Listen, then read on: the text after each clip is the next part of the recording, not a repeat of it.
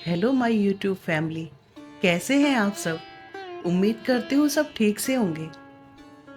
Friends, कई बार लोग दिखावे और भव्यता की होड़ में अपनी सच्ची भक्ति को भूल जाते हैं। वो सोचते हैं कि अगर वो बड़े मंदिर में बड़ी भेंट चढ़ाएंगे या धूमधाम से पूजा करेंगे तो भगवान प्रसन्न होंगे। परंतु भगवान के लिए आडंबर का कोई महत्व नहीं है। उनका आशीर्वाद पाने के लिए किसी विशेष धन दौलत या सामाजिक प्रतिष्ठा की आवश्यकता नहीं होती। एक साधारण व्यक्ति भी अपनी सच्ची श्रद्धा और भक्ति से ईश्वर का आशीर्वाद पा सकता है। हमारे शास्त्रों और पुराणों में भी अनेक कहानियां इस बात को सिद्ध करती हैं। जैसे कि रामायण में शबरी की कथा, जहां भगवान राम ने शबरी द्वारा दिए गए बेर स्वीकार किए क्योंकि उनमें सच्ची भक्ति थी। फ्रेंड्स, आज जो कहानी मैं आपको सुनाने जा रही हूँ वो भी एक भक्त की श्रद्धा और विश्वास की कहानी है। उम्मीद है आपको पसंद आएगी। महाराष्ट्र के एक छोटे से गांव में गणेश चतुर्थी का त्योहार बड़े हर्षोल्लास के साथ मनाया जा रहा था। हर साल की तरह इस बार भी गांव के लोग गणपति बप्पा के आगमन की तैयारी में जुटे हुए थे। रंग बिरंगी सजावट, लाइटें और ढोल नगाड़ों की गूंज से पूरा गांव गूंज रहा था। हर कोई अपने घर में भगवान गणेश की स्थापना के लिए सुंदर मूर्ति लाने की तैयारी कर रहा था।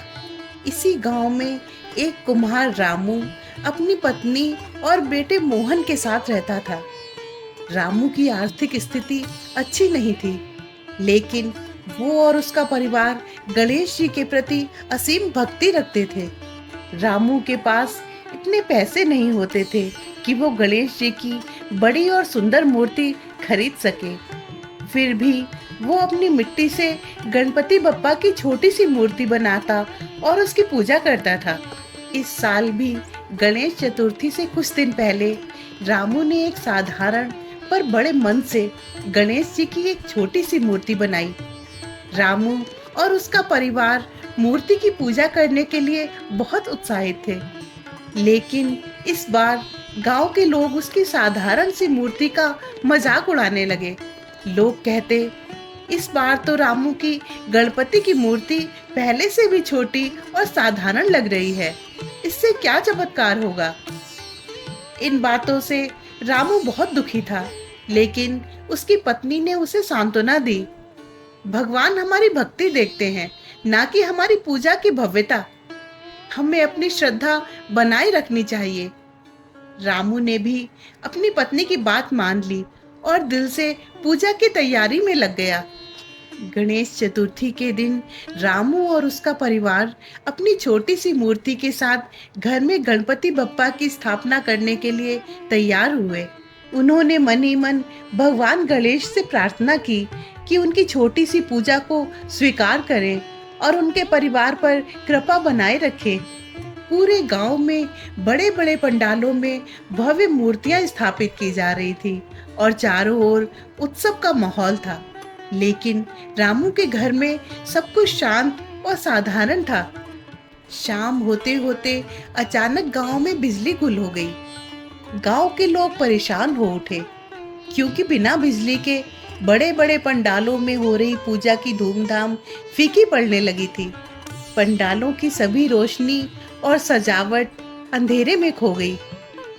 लेकिन रामू के घर की छोटी सी मिट्टी की मूर्ति से अचानक एक हल्की सी रोशनी निकलने लगी। पहले रामू और उसका परिवार हैरान हुए, फिर उन्होंने देखा कि ये रोशनी धीरे धीरे तेज होती जा रही है। इस चमत्कार को देखकर पूरा गांव रामू के घर की तरफ दौड़ पड़ा। सभी लोग ये देखकर दंग रह गए कि साधारण सी मूर्ति से इतनी दिव्य रोशनी कैसे निकल सकती है। गांव की मुखिया ने इस चमत्कार को देखकर सबके सामने रामू से माफी मांगी और कहा, भगवान गणेश केवल भक्ति और सच्चे दिल से प्रसन्न होते हैं, हमारे आर्थिक स्तर से नहीं। हम सभी ने तुम्हारी श्रद्धा की कद्र नहीं की, लेकिन गणपति बप्पा ने हमें आज सही रास्ता दिखा दिया। उस रात रामू के घर पर पूरे गांव ने एकत्रित होकर गणपति बप्पा की पूजा की। अंधकार में डूबे गांव के लिए रामू के घर से निकलने वाली ये दिव्य रोशनी सबके लिए प्रकाश का स्रोत बन गई।